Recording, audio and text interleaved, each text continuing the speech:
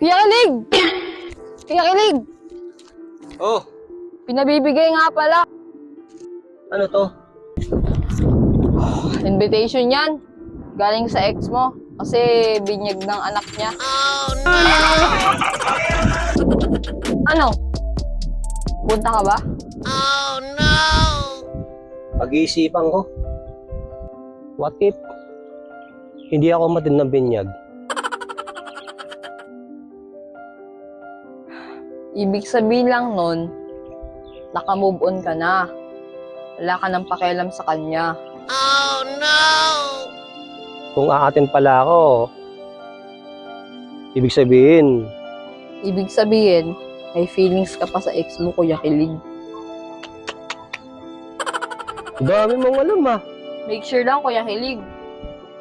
Kung a-attend ka, dapat ready kang kargahin yung anak ng ex mo.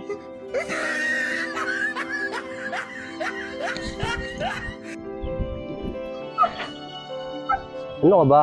Bakit ko naman kakargahin yun? Eh di hamak na mas malaki pa sa akin yung anak nun eh. Natural, magiging ninong ka na eh.